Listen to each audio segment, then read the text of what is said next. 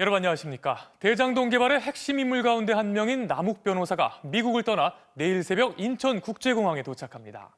남 변호사는 현지 공항에서 출발 전 취재진을 만나 얘기를 나눈 것으로 전해졌는데요. 특혜와 뇌물, 로비 등 여러 의혹이 일고 있는 대장동 개발 수사가 앞으로 어떻게 전개될지 검찰에 나가 있는 취재 기자 연결해서 알아보겠습니다. 구민지 기자. 네, 서울중앙지검입니다. 네, 남욱 변호사가 미국을 출발한 건 확인이 됐죠?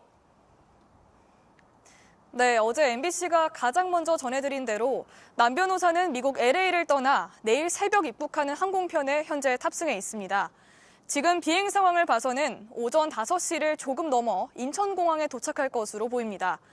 남 변호사는 출발 직전 LA공항 현지에서 몇몇 취재진과 마주치기도 했는데요.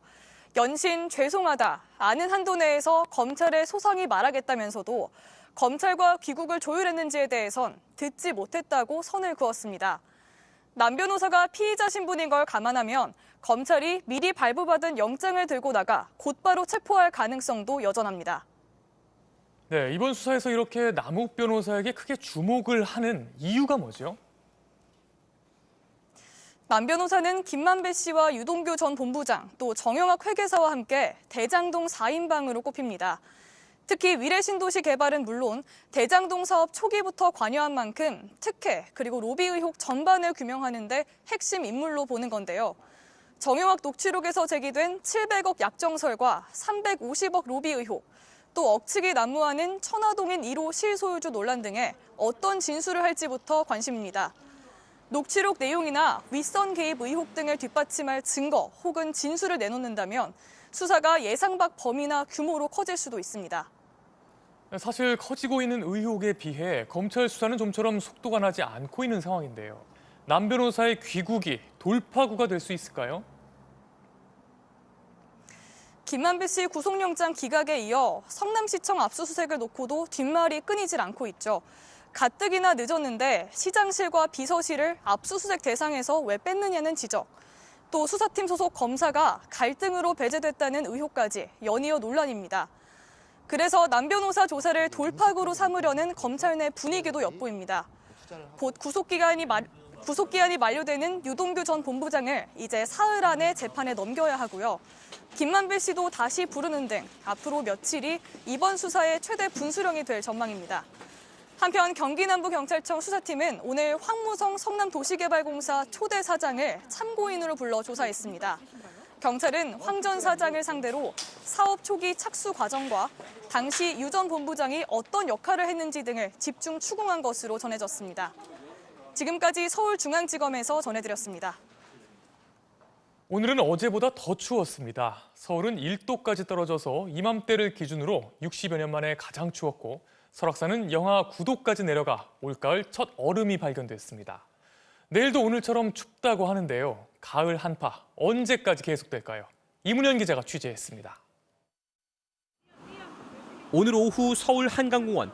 낮 시간이지만 겨울 패딩을 입거나 두꺼운 모자를 쓴 사람들이 곳곳에서 눈에 띕니다. 완전 1, 2월 달처럼 겨울 된 줄 알았어요. 저번 주에 그냥 얇은 옷 여러 벌씩 입고 다녔는데 이젠 그 정도로 안 될 것 같아요. 갑자기 뚝 떨어진 기온과 함께 찾아온 추위. 담요로 온몸을 감싸 견뎌봅니다. 너무 추우니까 상체가 저 혼자만 쓰기도 그렇고 해서 같이 상체를 뒤집어 쓰고 따뜻하게. 어젯밤부터 시작된 한파에 거리는 옷차림만 보면 마치 한겨울 같습니다. 어제는 따뜻했는데 오늘은 교차가 너무 심하더라고요. 이제 가려고요. 너무 추워서. 오늘 서울 아침 최저 기온은 1.3도, 어제보다 11도 넘게 떨어졌습니다. 10월 중순 기준으로 지난 1957년 이후 60여 년 만에 가장 낮았습니다. 설악산도 아침 최저 기온이 영하 9.3도까지 떨어져 올가을 첫 얼음이 관측되는 등 전국 대부분에 한파주의보나 한파경보가 한때 발효됐습니다. 불과 며칠 사이에 아열대 고기압은 축소되고 북쪽에 찬 대륙 고기압이 확장을 하면서요. 찬 공기가 빠르게 유입이 되겠습니다. 내일 아침 기온도 오늘과 비슷하게 춥겠고 일교차가 15도 이상으로 크게 나겠습니다. 또 서울을 포함한 수도권 등 전국 곳곳에서 오후부터 비가 내리겠습니다. 기상청은 모레 가을 추위가 주춤했다가 수요일에 다시 2차 추위가 찾아올 것으로 전망했습니다. MBC 뉴스 이문현입니다. 민주당 대선 후보인 이재명 지사가 출석하는 경기도 국정감사가 내일로 다가왔습니다. 대장동 의혹을 둘러싸고 여야의 정면 충돌이 예상되는데요. 이 지사는 당당하게 진실을 밝힐 거라며 자신감을 보였고 국민의힘은 몸통을 밝혀내겠다며 대대적인 공세를 예고했습니다. 김지경 기자의 보도입니다. 민주당 대선 후보인 이재명 경기지사는 공식 일정 없이 내일 진행되는 경기도 국감 준비에 집중했습니다. 이 지사는 SNS를 통해 당당하게 진실을 밝히겠다며 결과는 국민의힘 의도와는 다를 것이라고 강조했습니다. 그러면서 오히려 자신의 성과와 역량을 보일 좋은 기회가 될 것이라며 야당과 언론에 의해 왜곡된 대장동 사업의 진실이 온전하게 전해지도록 노력하겠다고 밝혔습니다. 야당의 집중 공세에 휘둘릴 수 있다는 우려를 불식시키며 자신감을 내비친 겁니다. 우리 국민의힘이 얼마나 나라를 망쳐왔고 또 부동산 투기를 통해서 얼마나 부당한 이익을 얻었고 얼마나 국민들을 속이는 기만 정치를 해왔는지를 보여드릴 좋은 기회다라고. 민주당도 화천대유 토건비리 진상규명을 위한 태스크포스를 발족시키고 화천대유 사건은 국민의힘 게이트임을 거듭 강조했습니다. 또 시간이 지날수록 국민의힘과 토건비리 세력 간의 유착 고리만 분명해지고 있다며 이 지사를 적극 엄호했습니다. 국민의힘 토건 세력과 비리 법조인 간의 부패 카르텔에 맞선 이재명 후보는 얼마나 그동안 고군분투했는지 그 결과가 하나씩 드러나고 있습니다. 국민의힘은 이 지사가 출석하는 행안위와 국토위 의원들, 원내 지도부가 모여 비공개 전략회의를 가졌습니다. 이 터무니없는 궤변과 거짓말이 국민들 앞에 적나라하게 드러날 수 있도록 철저하게 따지고 그 근거를 우리 국민의힘이 제시할 것입니다. 국민의힘은 이번 국감을 통해 이 지사가 대장동 비리의 몸통임이 확인될 것이라며 전면전을 예고했습니다. MBC 뉴스 김지경입니다. 국민의힘에선 유력 대선 주자인 윤석열, 홍준표 두 후보가 몸집 불리기 경쟁에 나섰습니다. 홍 후보는 오늘 최재형 전 감사원장을 영입했고 윤 후보는 주호영 전 원내대표 등 현역 의원들을 받아들였습니다. 신수아 기자가 보도합니다. 윤석열, 홍준표 두 후보 모두에게서 러브콜을 받아온 최재형 전 감사원장이 홍준표 후보 지지를 공식 선언했습니다. 홍 후보의 도덕성과 확장성을 그 이유로 꼽았습니다. 가장 중요한 본선 경쟁력은 다름 아닌 후보의 도덕성과 확장성이라고 굳게 믿습니다. 홍 후보는 최 전 원장을 청렴한 공직자의 표상이라 치켜 세우며 경쟁 캠프와는 캠프 이미지가 다르다고 강조했습니다. 클린 캠프라는 것을 국민들한테 알리는, 저는 최 원장님이 오신 것이 이 경선의 게임 체인저가 된다. 윤석열 후보는 주호영 전 원내대표를 캠프 선대위원장으로 영입했습니다. 저희 캠프에서는 정말 아주 천군만마를 얻은 것 같습니다. 우리가 함께 손을 잡고 반드시 정권 교체를 이뤄서. 대구 지역 5선 의원인 주 전 원내대표는 이재명 후보에 맞설 국민의힘의 필승 후보는 윤 후보라 확신한다고 밝혔습니다. 헌법 가치와 법치를 다시 바로잡고 대한민국을 청소할 수 있는 사람은 일기당천의 윤석열 후보뿐이라고 확신합니다. 윤 후보는 윤상현, 조혜진 등 당내 중진 의원들도 추가 영입하며 세를 과시했습니다. 부산 지역 당협을 잇따라 방문한 유승민 후보는 내년 대선은 1~2%포인트 차이의 빡빡한 싸움이 될 거라며 자신의 본선 경쟁력을 내세웠습니다. 공약과 정책, TV 토론, 도덕성, 자격, 여기에서 이재명과 비교하면 국민들께서 저 사람이 훨씬 낫다. 원희룡 후보는 줄 세우기식 캠프 확장은 구태에 불과하다고 비판하며 내일 경기도 국정감사를 실시간 팩트체크하는 유튜브 방송을 예고했습니다. MBC 뉴스 신수아입니다. 내일부터 사적 모임 제한 조치가 일부 완화되는데요. 수도권은 8명까지, 비수도권은 10명까지 모일 수 있습니다. 거기다 날씨도 갑자기 추워져서 실내 다중이용시설로 사람들이 몰릴 수 있는데요. 코로나19 확산세는 어떤 변수가 될지 주목됩니다. 김민욱 기자의 보도입니다. 어젯밤 서울 홍대 앞. 밤늦은 시간 거리에서 마스크를 벗고 술을 마시는 사람들에 대해 경찰과 마포구청이 대대적 단속에 나섰습니다. 하지만 갑작스레 낮아진 기온 때문인지 1차 계도 이후 단속된 사람은 없었습니다. 오늘은 날씨가 추운 관계로 해산 명령에 잘 따라줘서 오늘 0시 기준 코로나19 신규 확진자는 1,420명, 9일 연속 2,000명 아래 3주 연속 감소세입니다. 하지만 갑자기 추워진 날씨가 변수입니다. 기온이 떨어지면 야외 활동은 줄지만 대신 실내 다중이용시설에 사람들이 몰릴 수 있기 때문입니다.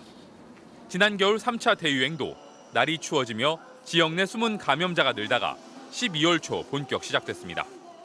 추우니까 실내로 모이고 다중이 밀집 접촉하면서 실내에서 환기가 잘 안 되는 집단 발생을 더 위험을 높이는 요인이 되죠.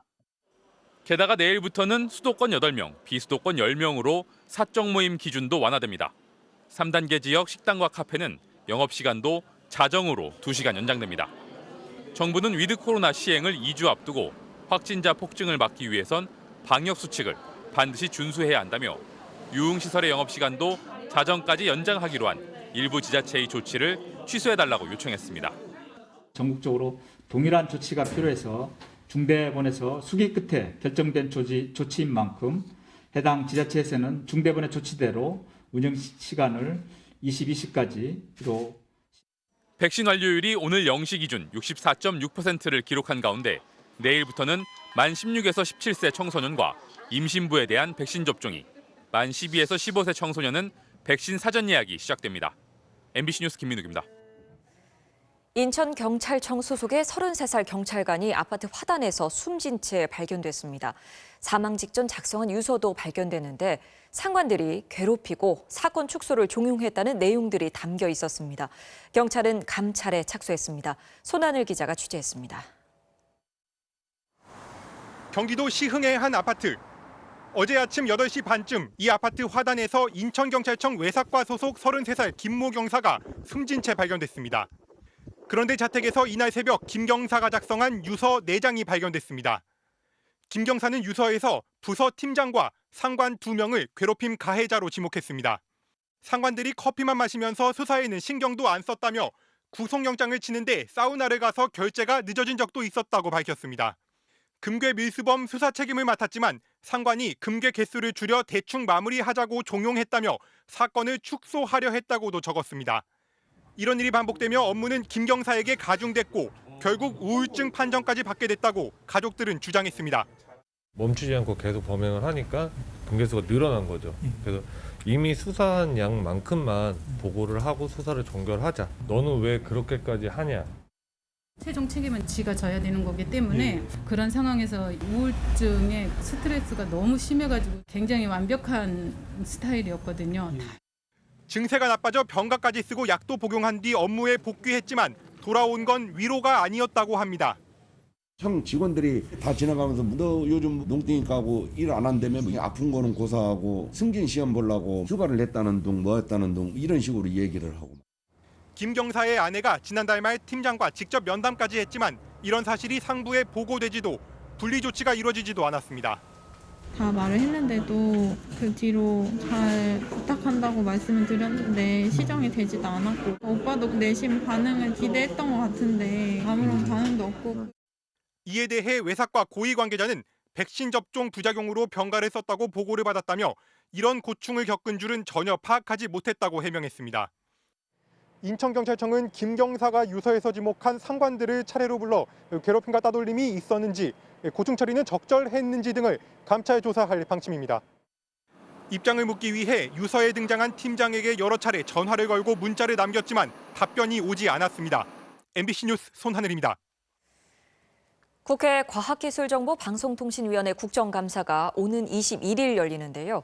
이번에도 플랫폼 국감이 될 것으로 보입니다. 네이버 이혜진 창업자와 카카오 김범수 의장이 모두 증인으로 채택됐습니다. 특히 김범수 의장은 기업 총수 중 유일하게 한 해 국감에 3번이나 불려 나오게 됐습니다. 오혜정 기자입니다. 21일로 예정된 국회 과방위 방송통신위원회 종합감사. 카카오 김범수 의장이 증인으로 채택됐습니다.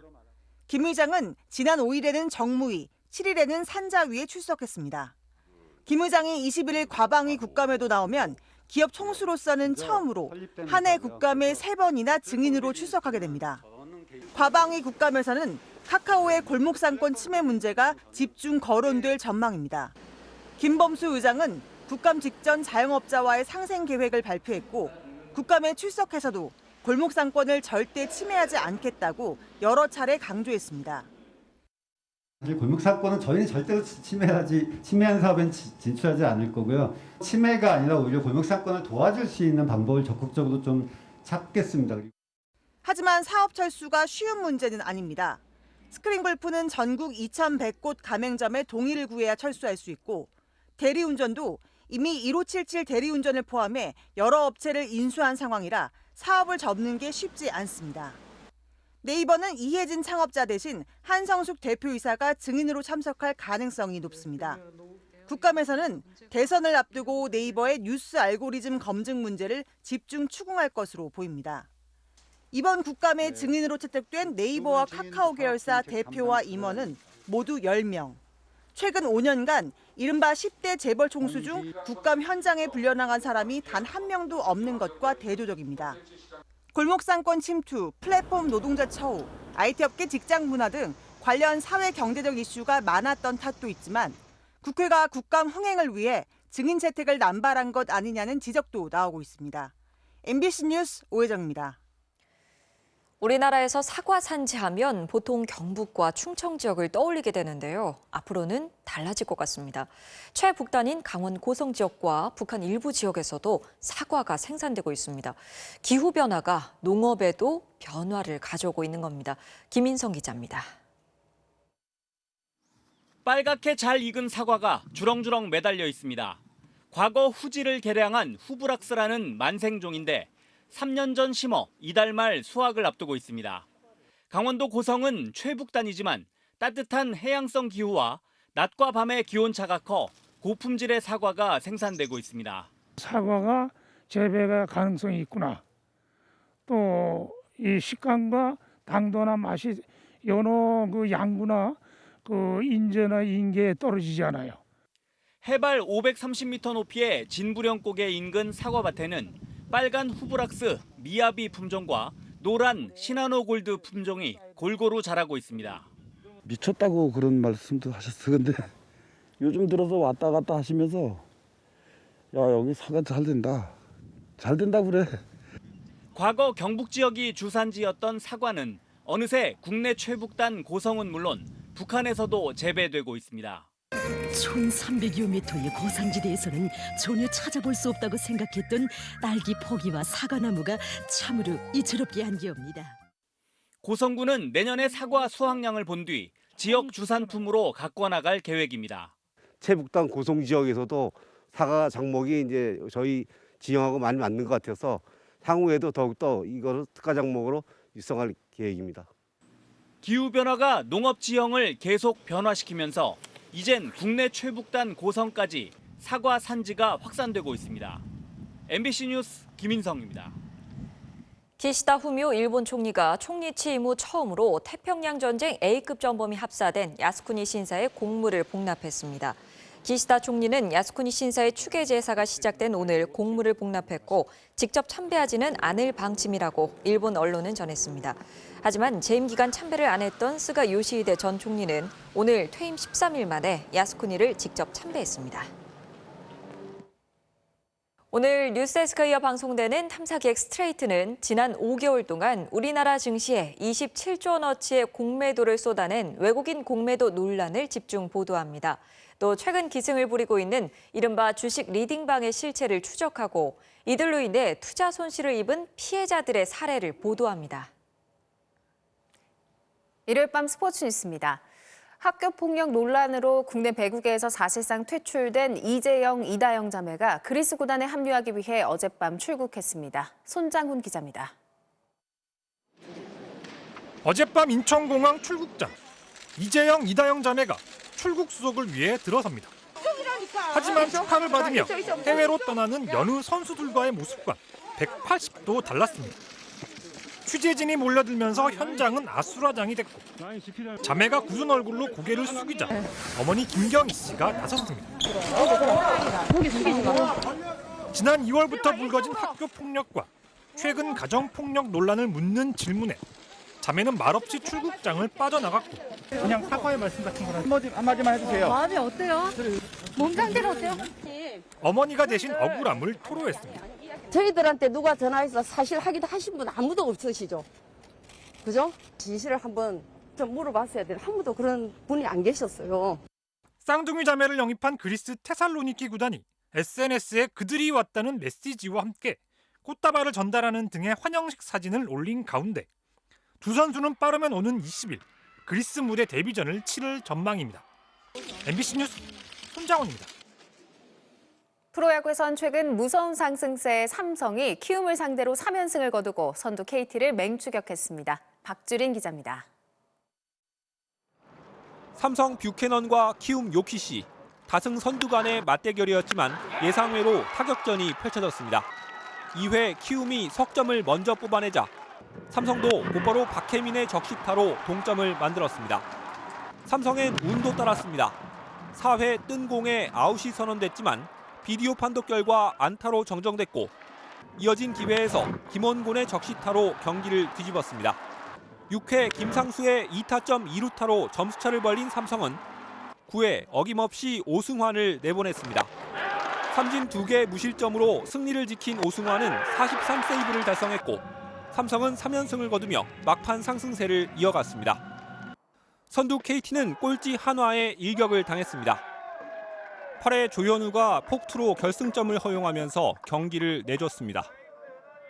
SSG는 최지훈의 데뷔 첫 만루포를 포함해 홈런 3방을 터뜨리며 더블헤더 1차전 대승을 거뒀습니다. MBC 뉴스 박주린입니다.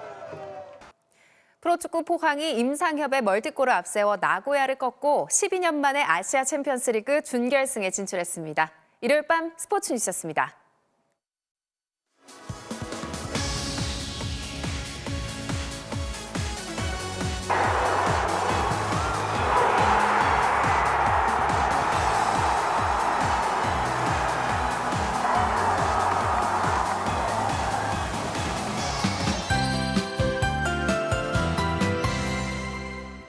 한파의 기세에 오늘 서울에선 최근 30년 새 가장 빠르게 첫 얼음이 관측됐습니다. 산 정상 부근에서도 순식간에 겨울 풍경이 펼쳐져서요. 오늘 아침 최저기온이 영하 9도 선까지 떨어진 덕유산 향적봉에서도 이처럼 올 처음으로 물이 얼었고요. 한라산 윗새 오름에서는 찬바람에 수증기가 나무에 그대로 얼어붙는 상고대가 피어오르기도 했습니다. 한파특보는 모두 해제됐지만 추위는 내일도 계속되겠습니다. 내일 출근길 서울의 기온이 4도, 한낮에도 14도로 평년 수준을 6도가량씩 밑돌겠고요. 내일 저녁 수도권 지방을 시작으로 화요일 전국 곳곳에 비가 내리고 난 뒤에는 2차 한기가 남하해서요. 수요일 아침에는 서울의 기온이 2도 선까지 또다시 곤두박질하겠습니다. 내일 아침에도 내륙에선 서리가 내리고 물이 어는 곳이 있겠습니다. 비는 내일 저녁 수도권과 강원 영서지방부터 시작되겠습니다. 내일 아침 서울의 기온이 4도, 안동, 영도, 전주 2도 등으로 춥겠고요. 한낮에는 서울이 14도, 대전과 광주, 대구가 18도로 일교차가 최고 15도 이상씩 크게 벌어지겠습니다.